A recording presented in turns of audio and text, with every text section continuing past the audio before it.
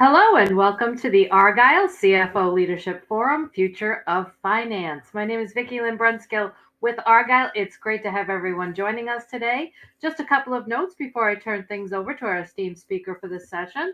First, a quick reminder to stop by our sponsors' virtual booths at any time during today's following week. Our partners are committed to providing you with valuable content and a great overall experience today. At any time during the event, you can visit their virtual booths from the main agenda page, and those do include complimentary materials, information, and meet and greet opportunities. To ask questions throughout the session and all sessions today, simply type into the Q&A chat and we'll address your questions at the end of the session. And now, without further delay, I'd like to introduce our speaker, Theo Ta, Senior Finance Specialist at SAP. We are so excited to have Theo with us for a thought leadership presentation titled Four Focus Areas for the CFO in 2025 and Beyond. Welcome, Theo, and over to you. Thank you very much for the lovely introduction, Vicki Lynn. I appreciate it. Thank you for having me as a partner within SAP. Just to set the stage for the group, there are a lot of things happening within the world today. And so I say almost in jest that there's four focus areas, but in actuality, there are so many different components that organizations, as well as finance leaders specifically, are concerned about, thinking about, and see opportunity within. And I do believe that these are aspects that are just scratching the surface. So the goal for today is to, one, look at overarching opportunities for you and your organization that you could start to think about as you're planning out 2025, of course, or if you've already planned that last year, as well as the next 4, 5, 6 years to come, whether that is within just America, within North America, or globally as a whole. So with that, again, my name is Theo Ta. I'm a finance specialist within SAP. Been here collectively for about 11 years now. Prior to SAP, I was working at Shopify. I did 2 years there as the APAC go-to-market specialist for the solution management team. So with that, let's get started. First and foremost, a lot of groups tend to think about SAP as this behemoth of a solution. Whether it's too big of a system for us, whether that is it just is so complex, whether it's just too expensive, so on and so forth. But in actuality, 80% of our customer base is within the small and mid-sized companies that is under the 500, 300 million revenue size. And so those 3 points on the side there, I do want to highlight. I'll skip the first one, but the next two, we're a trusted solution across the industry. We've been doing finance systems for over 50 years, and we've built out best practices with our security, our business processes, and our line of business systems. And we're continuously innovating. I'll make a couple of jokes later on about our innovation. Of course, a lot of people don't think about finance as innovation, but there are so many different avenues that we can look at it, not just within the finance scope of things, whether that's procurement, supply chain, whether that's just travel and expense, or reporting as a whole. First and foremost, though, the right sizing. And this is where that misconception happens a lot. When you think of SAP of yesteryear, a lot of organizations think, well, we have to implement this massive ERP system that covers the entirety of the scope within our organization. And that's just not the case anymore. The industry and the world globally has moved into this modular mindset where they as in different companies want their specific needs addressed. Like I had mentioned earlier, like procurement, for instance. We only need to be able to work on our supplier management or our travel and expense. And SAP has moved on with that, with our continuous innovation, and also having that base of the trusted solutions that many organizations utilize today. And so with that sort of elephant out of the room, we could go on about the SAP system as a whole, finance, and what they would like. An integrated solution. A lot of companies are talking to us about how are they able to bring in all these different pieces of information or data across their organization, whether that's for their planning, their closing, whether that's just their operations, so on and so forth. So while we go through this presentation, please keep in mind about not just SAP, but companies holistically want an integrated solution so they don't have to go to different systems, tables, Excel spreadsheets, because everybody lives in Excel spreadsheets still, where they're not pulling all this data and it's slow, there's a lag, it's not real time, right? So an integrated solution is at the utmost point for a lot of companies right now. Now, before we go into this mentality of the integrated solution and all these wonderful aspects, let's think about the legacy systems of yesteryear. What people had to do, and I apologize right now, there might be some laser beams, so be prepared for it. I'll let this build out too. You had different tables, and these different tables were speaking to one another. But each one of those lines that speak to each other, that was essentially an Excel spreadsheet, right? Or some sort of technology or some sort of something else that you'd have to go in and implement. And SAP of old was still guilty of this as well. We had multiple tables where you had to aggregate, you had to reconcile. If somebody in the finance, you can tell me, right? If somebody in the finance department wanted to do some sort of report that had profitability against your management accounting or your asset accounting, that was a few days, if you're lucky, or a couple weeks, or whatever have you, to the IT group.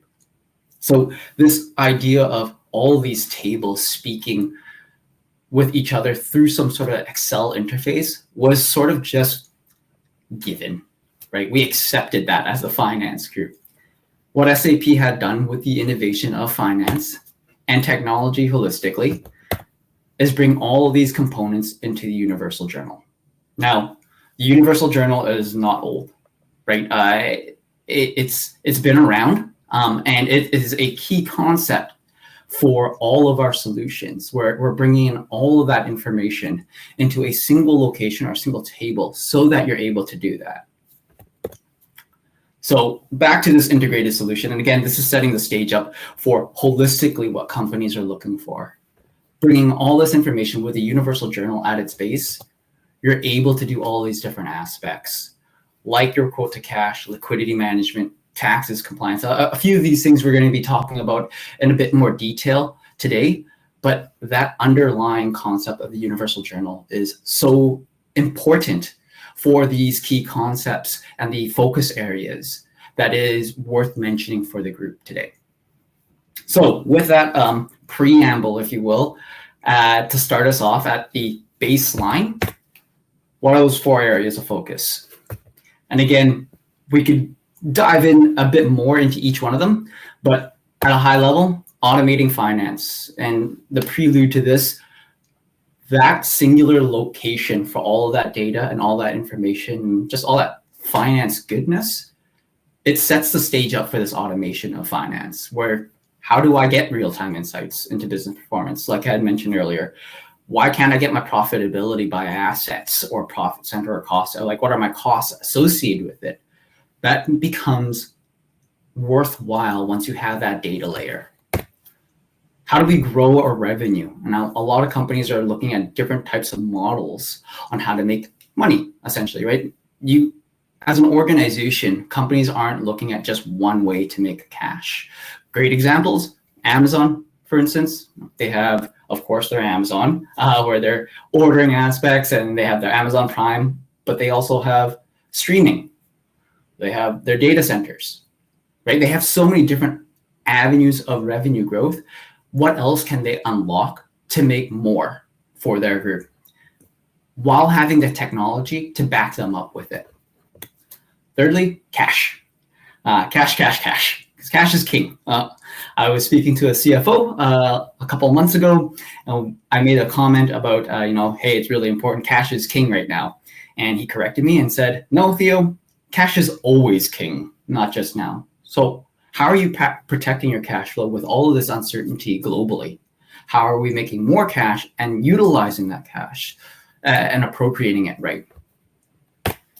And lastly, and most importantly, regulations and compliance. And this is not not the most exciting topic, of course, across all four of those pieces, but I would argue that it is one of the most important ones because there are so many different rules and laws and regulations that are coming in daily, right? New sanctions lists, who you're allowed to trade with, what you're allowed to trade with. These things are very important, not just for your bottom line, but the branding of your organization as well, because you do not want to go and trade with a partner that has a sanction list because they are doing essentially shady things. And so these are the things that are top of mind for regulations and compliance, at least.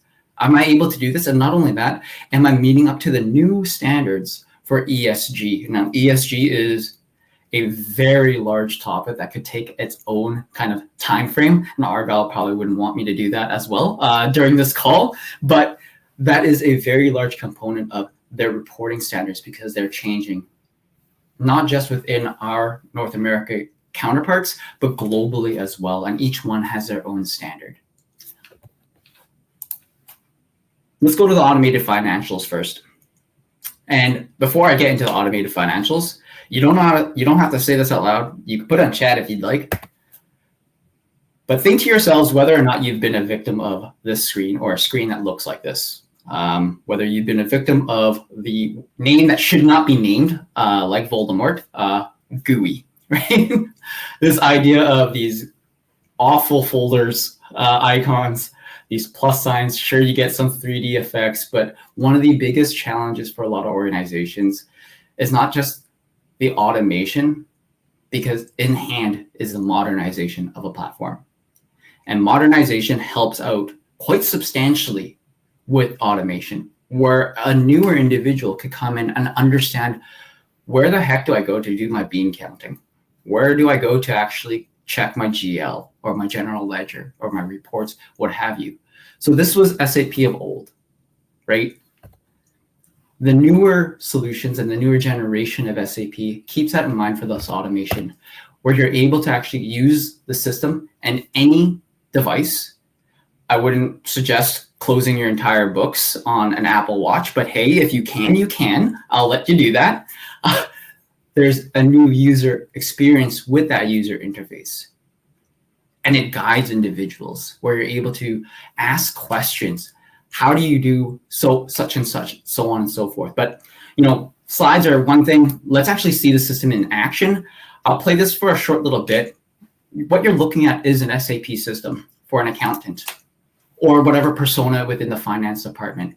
You'll notice that is similar to an iPhone where you're personalizing it. Now, this individual, myself, I have access to everything, which you should not do, of course, but they're able to take a look at the AP, the AR, your cash management, your tasks that you must do on a day-to-day, everything in a single location where you're not having to go in from one spot to another spot for your asset accounting, for your budgetary needs, for your FP&A. It's all in one spot. And so this is truly what the automation looks like in terms of bringing in that data and that function within a single location. Right? And you're able to scroll down as usual, and you'll see your dashboards and reports for your operational reporting all in one location. Right now, again, I talked about this earlier, how you're not supposed to give everybody access to everything. And that is a key component with this automation, where we have the capability to look at the different personas, whether that's an AR clerk, for instance, or an AP clerk, and you're able to see what your DSO is, what your journals to be verified, so on and so forth. And so while we're going through this, all this information is being pulled in from the underlying tables that you could take a look at.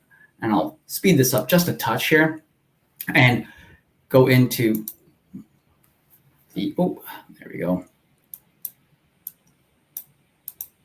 It's not letting me go through it. That's okay. So while we're going through that, you're able to actually drill down and drill through all that data and that information, where you're able to see a document flow and see where these documents are actually originating from without ever having to leave the system in and of itself, which is a very powerful concept, because before you'd have to go in to different solutions, into different databases, different tables, and bring in all that information. And so that's one aspect of the automation of finance. It isn't a presentation about technology without talking about AI. The next component of automation within the finance group. Now, everybody has their own AI, of course. You've heard of ChatGPT, you've heard of way back when with Watson, you've heard of all of these different Copilot with Microsoft. With SAP, we have Joule. Now, it says SAP's finance assistant, but I like to think about it as a business assistant, where you're able to have natural language processing, which can be constructed, again, in 3 different parts, within informational, navigational, or transactional. And you could speak to the system in a very normal human-like manner and have that information come out without having to do any kind of Z code or ABAP code or anything like that, bringing in the IT team, because that is old systems. Next is the actual business process within the AI. For your receivables, for instance, there are use cases that you're able to run and analyze customer emails. You're able to do your dunning presentations as well as your dunning processes and have that automation of the cases when your disputes are kicked off at the right time. And lastly, reporting for this automation. Earlier, I had highlighted and showcased that large, beautiful square with everything that's happening, but it means nothing if it's stagnant. It means nothing if you're not able to try and predict what's going to happen in the future, or whether you're doing budgets and forecasts holistically across your entire organization. And that's where SAP comes in with our FP&A tool, SAP Analytics Cloud. This brings in information from your actuals, and you're able to marry that with your analytics and your budgeting so that you could have a true solution that has all 3 pieces: the operational reports, the forecasting, and the budgets. And so that's just a glimpse of the automation within finance that a lot of companies are looking for. It isn't just a one thing anymore. It's not just looking at one table. It's not just looking at your general ledger. How can we just OCR this information in? That is table stakes of what companies are asking for. It's a true end-to-end system that's needed. Revenue growth. And I'm going to start cranking through this quite rapidly here. Revenue growth is important, as I had mentioned earlier, and how to actually allocate and associate different revenue streams for your teams and for your company as a whole, because staying stagnant is no longer viable for any company. With that, there are different solutions, and one piece that companies have come to us day in and day out is, how do we make more use of subscriptions? And it's a tired statement, I know for sure, about this, everything as a service, but that truly is what's happening. You see it across the board with not just your subscriptions in terms of your NetSuite, your streaming Netflix, but all different things like shavers are becoming subscriptions, food. Everything is happening as a subscription model and as a revenue model. But how are you managing all those different contracts for every single organization that you are partnering with? A very big example, or an example that's utilized quite often, is with utilities. I'm a TELUS customer. I have TELUS for my internet, for my phone, for my home phone, as well, my dad's home phone, and all those different things. And each one of those pieces has its own subscription model as well as contract, timing, costs, utilization, even individuals that are on my contract, like my father that's utilizing it for his home phone. How are you managing each one of those contracts? How are companies managing all those contracts? And then automating that within a revenue system or into your accounting system. And so within this BRIM, or billing and revenue innovation management system, you're able to go and create these different types of orders as well as contracts that are allocated to specific individuals. Now, one thing I do want to kind of hark on is, you do not want to go customization all the way, right? Not everybody should have a very specific system or a very specific contract for them. And so there is standardization that is needed that companies need to address as well. So moving on, document reporting kind of goes hand in hand with the revenue, and I'll talk about that within the regulations aspect, but making sure that you're regulating and complying to those rules based off of the different countries. And then, of course, your analytics on top of that. Next is the cash and working capital. Cash and working capital is an extremely important aspect. Now, I also just got a question. What role does embedded AI play in ensuring audit readiness and adapting to changing tax laws? Do we have like 3 hours to talk about this, Melissa? I'm not 100% sure, but AI is a very, I wouldn't say a tricky conversation. With SAP, we are very, very upfront about how our AI is being used. And there are 3 key concepts. One of them is the responsibility aspect. So AI plays a whole role in technology and regulations and compliance, but that AI needs to be ethical and take a look at that. So there are use cases within embedded AI that says like, hey, look, one of these countries are changing the laws and regulations, but they change so frequently and so rapidly that you do need a human intervention, if you will, to take a look at these laws and how they apply and how they actually work. So I wouldn't say ensuring audit readiness is just the AI aspect. And I think this has been harped on quite substantially within a lot of thought leadership groups, is you need somebody to be there with the AI to work on that as well. But that is a much larger conversation, I believe, with the ongoing changes in not just tax, but like compliance and regulations holistically. So within your liquidity management, a lot of organizations are just looking at how to utilize their cash better and look at covering their delays of payments, as well as deploying their cash effectively. I do have 3 minutes, so I'm just going to go through this a bit faster in a quicker clip here. And of course, utilizing all those different components for your cash and liquidity management with the SAP Analytics Cloud within the integrated solution, as well as any other ERP system out there for the SAP side. So you'll see at the bottom, there's SAP S/4HANA, SAP S/4HANA Cloud, ECC, and that direct integration is a key component that a lot of organizations are looking for.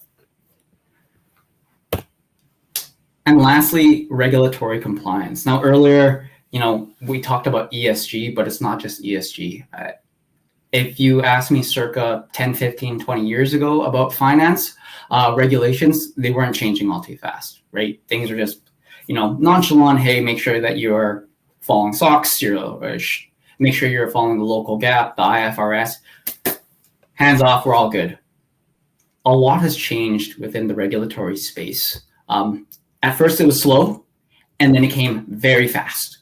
And so holistically managing all of these changes and challenges has been aspects like a siloed risk management strategy, where there's information that are coming in from so many locales, so many different spots, that you're missing quite a bit, or you're not reporting what you need to report.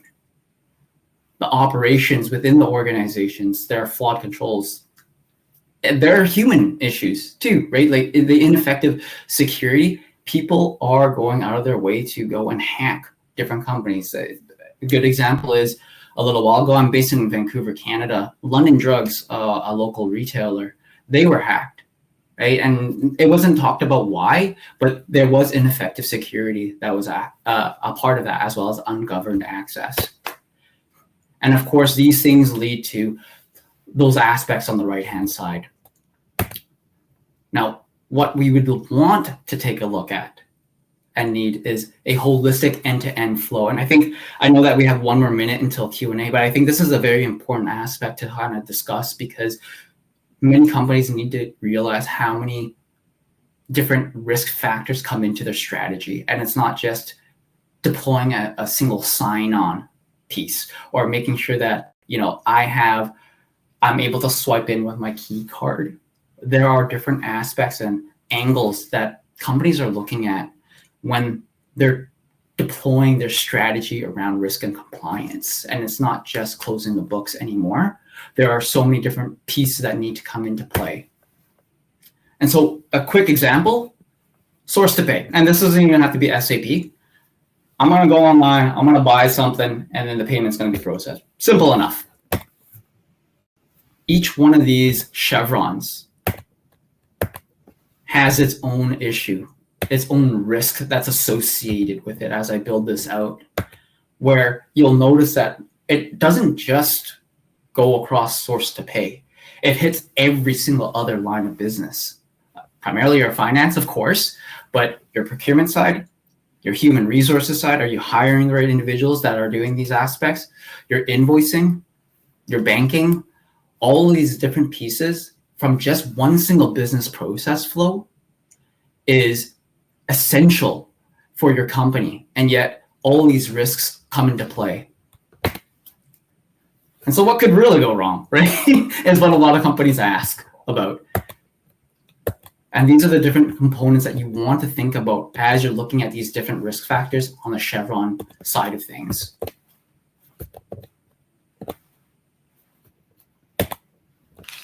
So a quick video here where you'll see what's happening.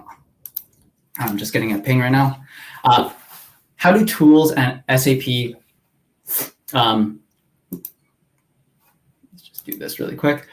The question is, how do SAP tools empower finance leaders to make agile decisions regarding liquidity and capital allocation? So going back, I don't want to think about it as just a singular SAP tool. It is that holistic mentality of bringing all that information into a single location, if you will. Again, great timing from the marketing video there. It's that transparency and the agility that you're looking for, right? So one key component, I'll go back to it, is the idea of the universal journal.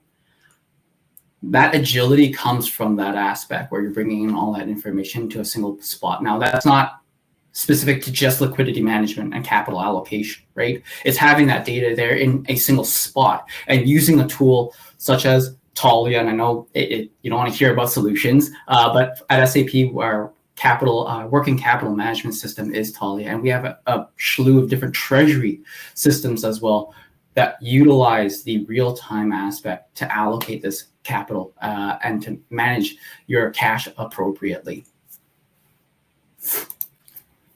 And so what you're seeing here is just the governance and risk platform at hand, and I haven't moved from one system to another. It is a very basic flow, step by step. This is what I want. This is what I'm taking a look at. What are the tasks that are at hand that might be mission critical? For instance, my period end cutoff. Right? And as you're going through this flow, you can take a look at all of the different people and processes that are involved in it and the risks that are associated with it, which give it the risk level control as well. I'm just going to skip this over because I got 2 minutes left. And then lastly, the ESG side of things, right? Having that ability to create your actuals against the averages. It's not just a simple spreadsheet for your investors to take a look at and check the box. These are actual documents that companies and organizations have to adhere to for governments right now in regulating their carbon footprint, their emissions, and what they're actually doing to get to carbon neutral or carbon zero. In closing, and it's been a whirlwind, even for me in my standards here, there are so many different avenues that you could take a look at in terms of the key focus areas. And even some of the questions that were coming in about like, hey, what is one aspect, what is one component that one group is looking at, whether that is just cash and liquidity, or whether that is just embedded AI for one piece, it goes across the board. So while you're looking at what your focuses are on, or foci are in the upcoming years, I do recommend looking at as an end-to-end business process flow, whether that is invoice to pay, treasury management as a whole, governance, record to report, FP&A, whatever have you. There are different aspects that bleed into one another. With that, I will actually pass it back to Vicky Lynn with 1 minute to spare, I guess, if there are any other questions. Wonderful. Thank you. Unfortunately, we're out of time, Theo. Thank you for that wonderful thought leadership presentation. I want to thank everyone for joining us today for this session. This session, along with all of today's content, will be available on demand following the event. And our next session will begin at 1:15 p.m. Eastern Time, and that will be a keynote presentation titled CFOs and ESG, Creating a Sustainable Future. Please click the join button that will appear on your screen to be directed to that session. We look forward to seeing you there, and thank you again, Theo. Have a great day.